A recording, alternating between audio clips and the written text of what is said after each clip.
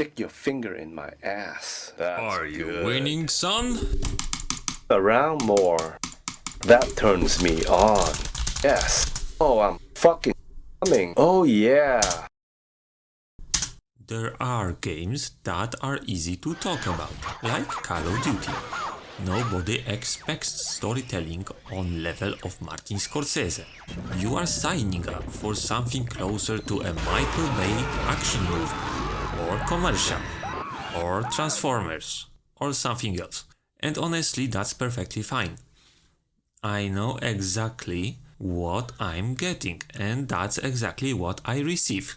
Then there are games that make you expect a huge wow, only to leave you with an awkward oh. Some people believe that if a game is at its most engaging during cutscenes, it's automatically a storytelling masterpiece. Others think giving the player more control over the narrative is completely unnecessary. Sometimes I want more from a game I'm investing my time. If I'm looking for brilliant level design, a story that feels like something Stanisław Lem could have written, and the freedom to solve problems and build my character however I want, I look towards an immersive sim. Thankfully, Arkane Studios knows exactly what they are doing. They already proven it with Dishonored. Unfortunately, I bounced off that game because steampunk simply isn't my thing. Luckily, their next game takes place in the future.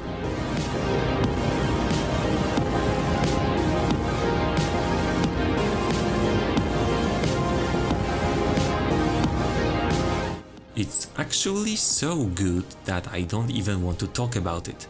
Right from the opening minutes, mystery appears immediately. The game wastes absolutely no time.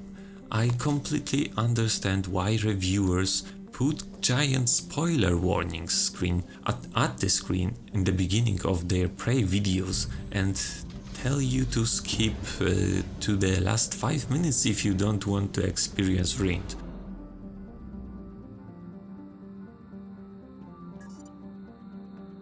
Even though it's not brand new anymore, Prey is still modern enough that you don't have to wrestle with that extremely dated visuals and gameplay mechanics or something like in System Shock 2. This game is like a great filler, and great fillers are something you should experience for yourself from beginning to end. I'm honestly afraid to reveal almost anything because even the smallest spoiler feels like I'm telling someone that what's inside in the box in the 7. What's in the box? What's in the fucking box? So this review will be unusually short. I'm barely going to mention the story and I will avoid showing any major plot moments.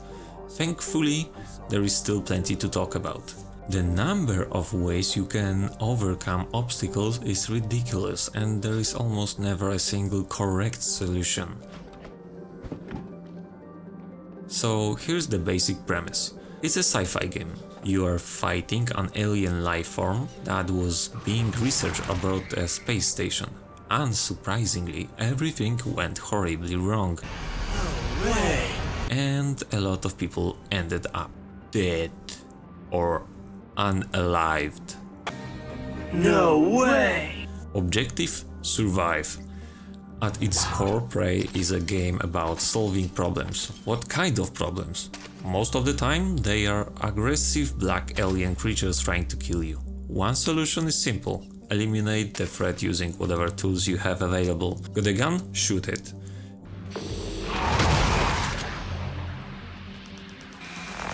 You have access to an incredibly satisfying shotgun, a silence pistol, and more specialized weapons that let you electrocute enemies or overload them with energy until they violently explode. But what if A. You run out of ammunition? B. You don't have a firearm or any weapon at all? Easy. Throw whatever happens to be nearby. Boxes, chairs, a couch.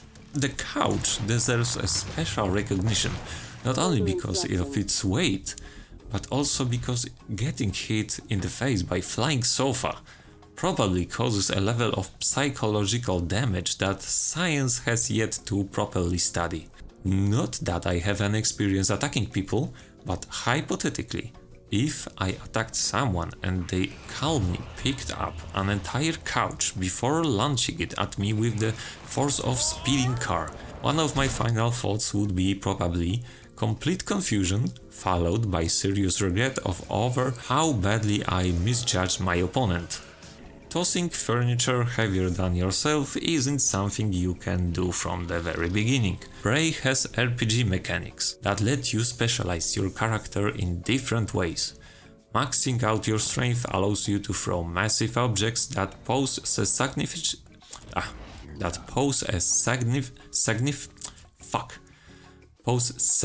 significant threat to anything standing in front of them. And that's only one use for the skill. Sometimes the obstacle isn't an enemy at all. Sometimes it's a hallway blocked by heavy cabinets or a pile of cargo containers. With enough strength, you simply move them out of your way. You can even build barricades yourself. Door has no power? Hold my beer. But do you really have to solve every problem that way? Of course not. A good immersive sim always gives you multiple solutions. The game hands you the tools. What do you do with them is entirely up to you. You can also unlock a psychic abilities. Why? I won't tell you. The game has a very good explanation and I'm not about to ruin it. You also gain access to recycle charges. They are technically grenades, but calling them that doesn't do them justice. Instead of simply exploding, they convert every code inside their blast radius into a raw crafting materials, including you. If you are careless, congratulations, you've just become a neat little cube of biological material. So, please be careful. Why would you even want those materials, you ask? As you explore the station, you eventually discover two incredibly important machines. One breaks down almost everything you collect: food, broken electronics, weapons, junk, into their basic components.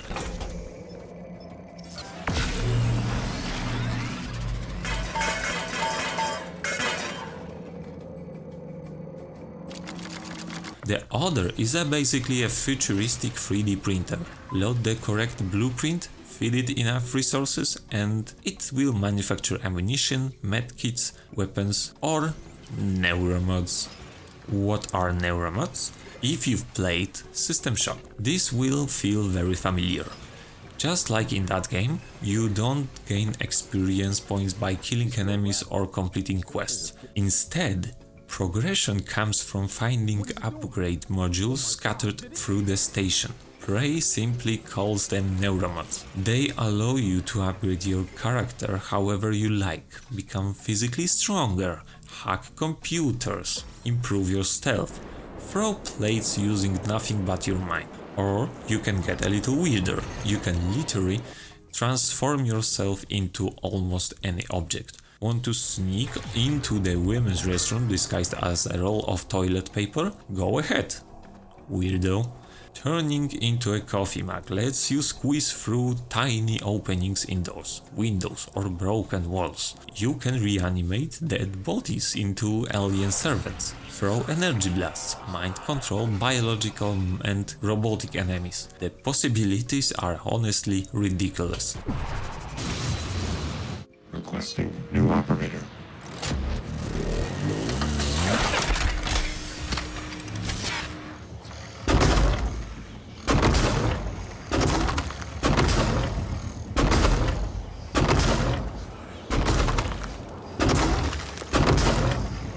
Scanning target alien material detected.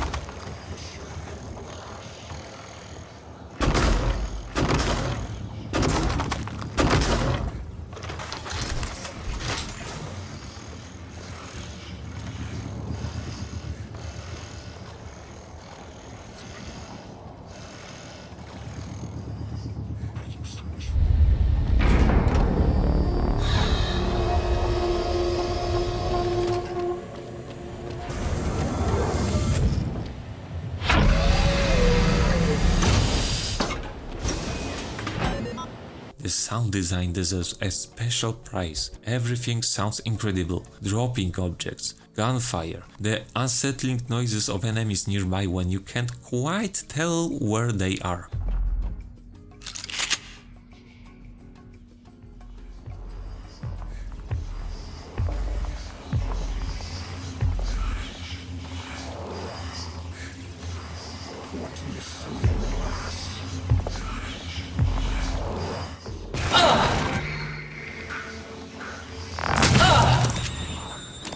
Footsteps, explosions, even navigating the menu somehow feels satisfying. For whatever reason, simply confirming an option produces one of the most pleasant UI sounds I've heard in the game.